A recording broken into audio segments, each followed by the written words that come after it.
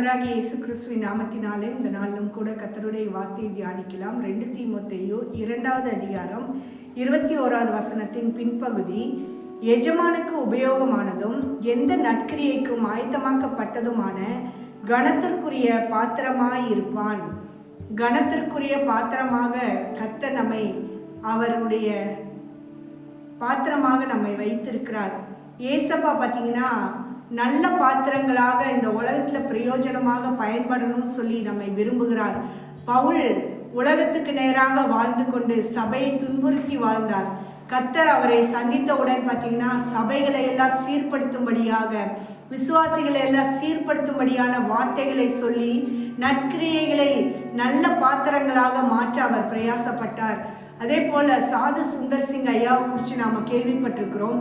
சீக்கியம் முறைப்படி வளர்ந்த அவர் பார்த்தீங்கன்னா தன்னுடைய வாழ்க்கையில் இயேசு கிறிஸ்துவை சொந்த இரட்சகராக ஏற்றுக்கொண்டு நல்ல காரியங்களை அநேக ஜனங்கள் பின்பற்றும்படியாக காடுகள், மலைகள், மலைஜால் மக்கள் மத்தியில எல்லாம் போய் ஊழியம் செய்யும்படியாக தன்னை அர்ப்பணித்து கர்த்தருடைய அன்பை ருசிக்கும்படியாக ஜனங்கள் மத்தியிலே நல்ல பழக்க வழக்கங்களை உருவாக்கி கொடுக்க பிரயாசப்பட்டாருங்க. நம்மளையும் கர்த்தர் நல்ல பாத்திரங்களாக தெரிந்து கொண்டிருக்கிறார். நாம் வாழ்ந்து கொண்டிருக்கிற பகுதியில் நம்ம எப்படிப்பட்ட நற்கிரியைகளை செய்கிறோம்? எல்லா ஜனங்களையும் ஒன்று போல நேசிக்கிறோமா? எல்லா ஜனங்களுக்கும் நம்ம உபசரிக்கிறவர்களாக, எல்லாரிடத்திலும் தேவனுடைய அன்பை காட்டுகிறவர்களாக நம்ம வாழ்ந்து கொண்டிருக்கிறோமா? கர்த்தருக்கு பிரயோஜனம் உள்ள பாத்திரமாக நம்ம வாழணும்னு சொல்லி நம்முடைய எஜமானாகிய இயேசு கிறிஸ்து நம்ம இடத்துல ஒவ்வொரு நாளும் ஏங்கி கொண்டிருக்கிறார். அவருக்கு பிரயோஜனமானவர்களாகவும் சமுதாயத்திற்கு பிரயோஜனம் உள்ளவர்களாகவும் வாழும்படியாக நம்மை அர்ப்பணிக்கலாமா?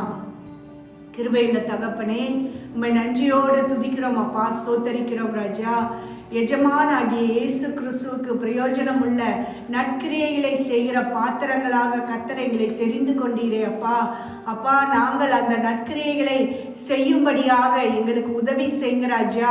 அநேகருக்கு பிரயோஜனம் உள்ளவர்களாக தேவனுடைய அன்பை சொல்லி உம்முடைய சுவிசேஷத்தை அறிவித்து நல்ல சமுதாயத்திலே ஆண்டவரே வளர்ந்து வருகிற சந்ததிகளை மாற்றும்படியாக என் தேவன் நீர் எங்களுக்கு கிருபை செய்க என்று இயேசு கிறிஸ்துவின் நாமத்தினாலே ஒப்புக்கொடுத்து ஜெபிக்கிறேன் ஜீவனுள்ள நல்ல தகப்பனே, ஆமென். கர்த்தர் தாமே இந்த வார்த்தையின்படியாக நம்மை ஆசீர்வதித்து நடத்துவாராக. God bless you.